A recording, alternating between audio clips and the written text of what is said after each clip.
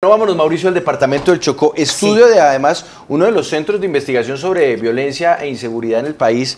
Bueno, violencia no, violencia y situación social en el país. El CINEP se puso a estudiar por qué razón nada cambia en el Chocó. ¿Qué encontraron? Claro, Juan Pablo, porque es un informe que ellos realizaron de la problemática que está pasando actualmente el departamento de Chocó y que viene desde años atrás, porque es una realidad que no se ha desdibujado en ningún momento.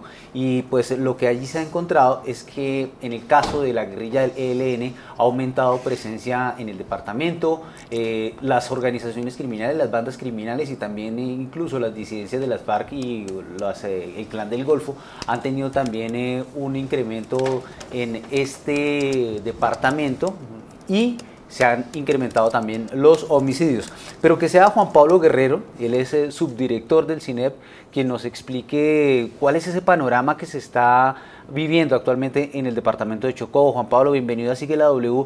Y usted le ha hecho seguimiento especial al departamento de Chocó, estuvo algunos años incluso allí. ¿Cuál es esa realidad frente al tema de la violencia? Empecemos por ahí. ¿Cuáles los indicativos, los índices que se tienen de violencia en el departamento de Chocó? Bueno, mil gracias. Buenas tardes para ustedes y sus oyentes. A ver, este es un estudio que generó el CINEP que tiene un sustento, y ese sustento básicamente es que nosotros decimos que no basamos el origen del conflicto armado en el departamento del Chocó en las afectaciones de la violencia directa, sino en toda una serie de acciones que por décadas ha dejado una violencia estructural. Y nosotros básicamente lo que hicimos acá fue identificar 11 elementos cruciales que estabilizan la paz en el departamento del Chocó. Quisiera mencionar solamente tres. Primero, la corrupción. Nosotros identificamos una institucionalidad tradicionalmente débil y corrupta y hacemos mención por lo menos a investigaciones por corrupción en alrededor de 192 funcionarios y alrededor de 536 investigaciones en curso. También informamos o identificamos en un lapso de 10 años el asesinato por lo menos de 1.999 personas entre 2011 y 2020. El 45.8% de estos homicidios ocurridos en Quibdó. También identificamos la existencia de 128 procesos de restitución de tierra colectiva que suman alrededor de 1.200.000 hectáreas de tierra, donde el 94% de esos procesos se encuentran embotellados en un juzgado de tierras en Quibdó. También identificamos la existencia de 412 solicitudes de títulos mineros que suman alrededor de casi unas 770.000 hectáreas de tierra. Pero también un punto muy importante, identificamos que en 10 años se han desplazado por lo menos unas 167.000 personas, que obedece a un 32% de la población, siendo una de estas subregiones la subregión de los municipios del Alto, Medio y Bajo Baudó, con aproximadamente unas 35.000 personas desplazadas.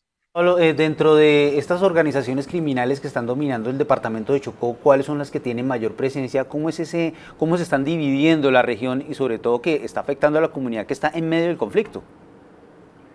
Sí, claro, nosotros identificamos, hacemos una radiografía de las dinámicas del conflicto armado en el departamento y hacemos una fotografía del año 2011. ¿Cómo estaba el año 2011, incluso antes de la firma del acuerdo de paz con el ELN, con las FARC?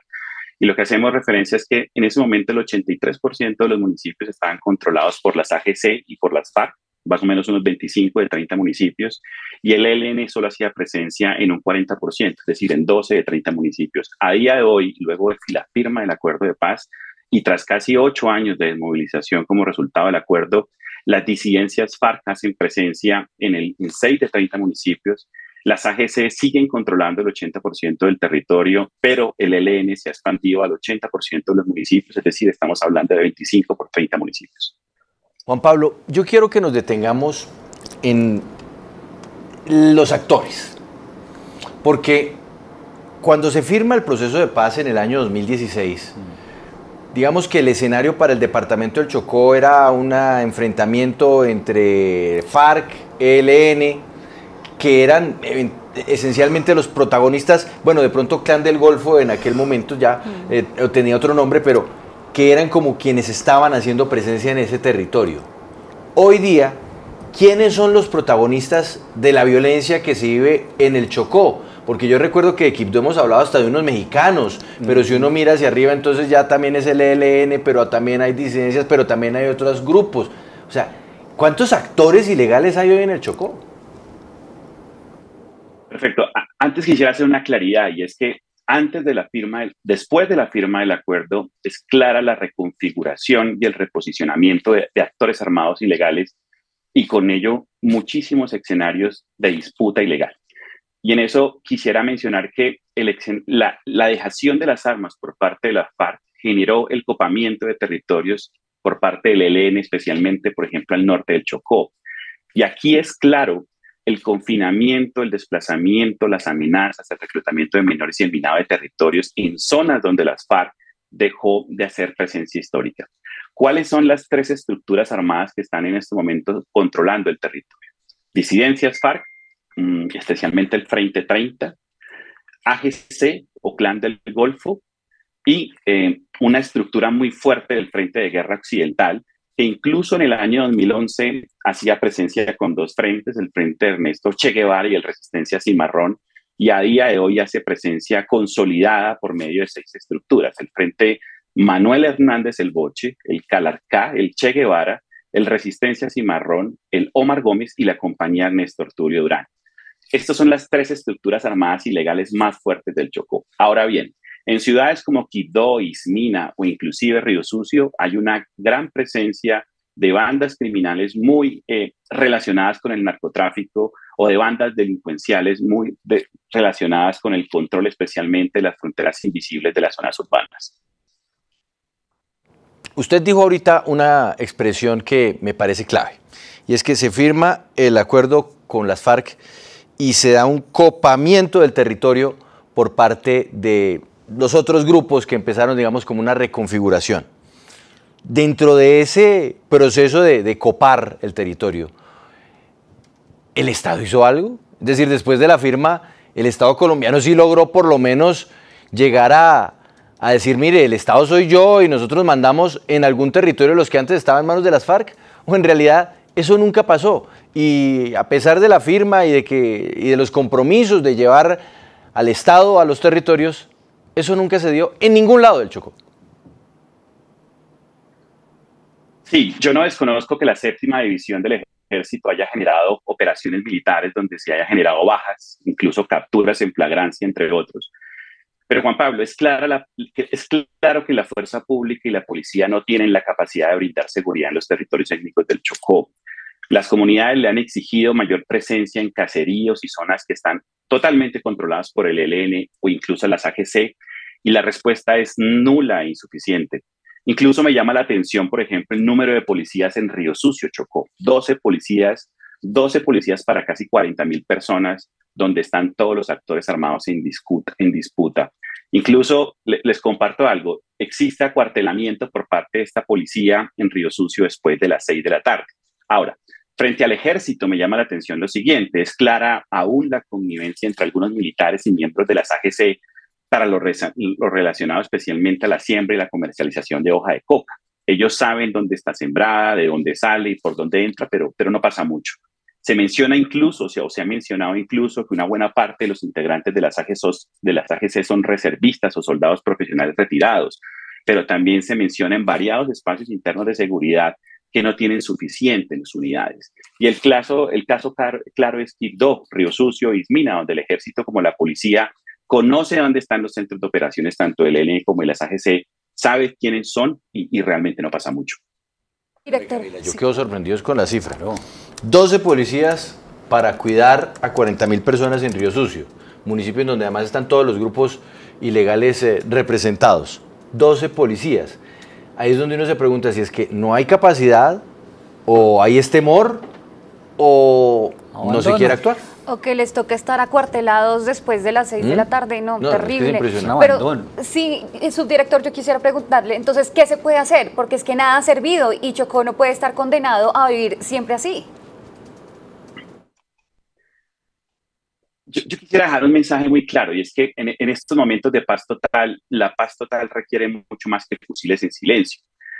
Nosotros consideramos desde CINEP que es absolutamente necesario transformar la realidad socioeconómica y política del Chocó precisamente para alcanzar una paz estable y duradera. No es posible, Paola, pensar en una paz total sin transformaciones territoriales. Precisamente el objeto del informe es evidenciar que existen una serie de condiciones sociodemográficas que exigen una respuesta real, oportuna y eficiente, pero también dejar un mensaje, y es que es claro que se necesita la implementación del acuerdo con las FARC, especialmente en su capítulo étnico, y si no es así, hay una frase muy bonita que se utiliza en el Chocó que dice, si no es así, la brisa del atrato se llevará lejos lo construido. Aquí es importante mencionar algo, y es que la Defensoría del Pueblo ha generado por lo menos 30 alertas tempranas, 4 advertencias y 2 informes de riesgo. 16 de esas alertas aún están vigentes con alrededor de 400.000 personas en riesgo, y lo peor de esta realidad es que se alardea, incluso en el actual gobierno, de sólidas gestiones, pero falta muchísimo. Yo siento que se ha sido exageradamente injusto e insolidario con el Chocó. ¿Cuál es el panorama de las economías ilegales que están funcionando allí en el departamento de Chocó y que tanto están afectando al departamento?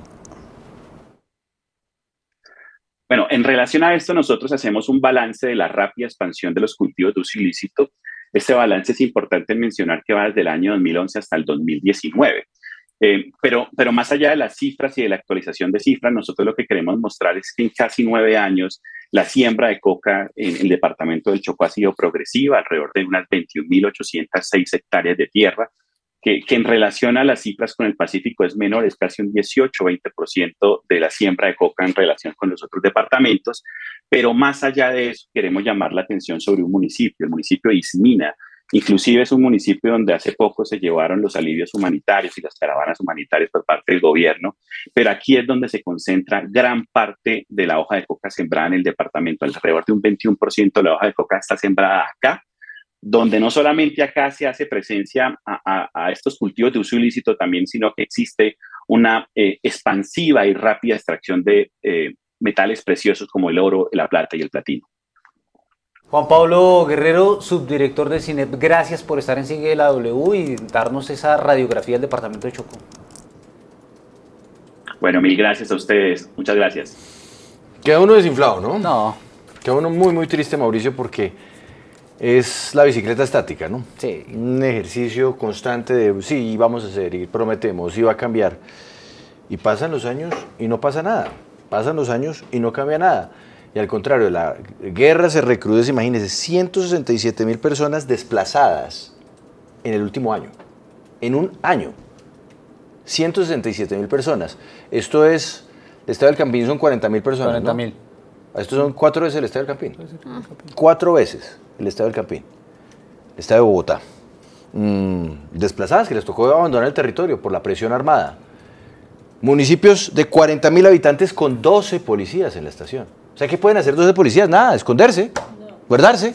Y lo más Ante grave, la arremetida de grupos al margen de la ley, pues se quedan sin dientes. Pues tanto así que sale 6 de la tarde y cierran la cortina. Sí. Y aquí ya no manda nadie. y por estos días ya empiezan a salir candidatos a prometer, a llevar, a decir, y como siempre, pues, y lo hemos visto en los últimos años, no pasa nada en el departamento de Chocó. Al contrario, se han evidenciado casos de corrupción por parte de los funcionarios, que es lo que también duele. Dice Amin Salama, no es irresponsable asumir como verdadero lo que dice este sujeto. Contrapreguntaron a la policía de cuántos efectivos tiene en realidad. Pues con mucho gusto hacemos la tarea, pero créame que el CINEP no es un centro de investigación pajarito respaldado por unos políticos. El CINEP es uno de los centros de investigación más importantes y serios que hay en el país sobre asuntos de derechos humanos. Llevan décadas trabajando en esas regiones donde muchas veces ni siquiera llega el Estado. Por supuesto que hay que contrastar, pero dudo mucho que vayan a mentir sobre una cifra que es una vergüenza. Sí. Que es una vergüenza. 12 policías. Mauricio, haga la pregunta a la policía. Sí, vamos a hacer haga la pregunta. Y le tendremos la respuesta a nuestro... Es más, ¿sabe qué? Haga la pregunta ciudad por ciudad en el Chocó. Entonces pregunte por las 3 principales. ¿Cuántos hay en Quibdó? ¿Cuántos hay en Ismina? ¿Y cuántos hay en Río Sucio? Que yo creo que pueden ser de pronto Metaletadó, que son zonas en donde normalmente hay presencia además de estos grupos. A ver qué le dicen. ¿Cuántos hay en cada estación? También es que puede ser que no haya efectivos. Terrible.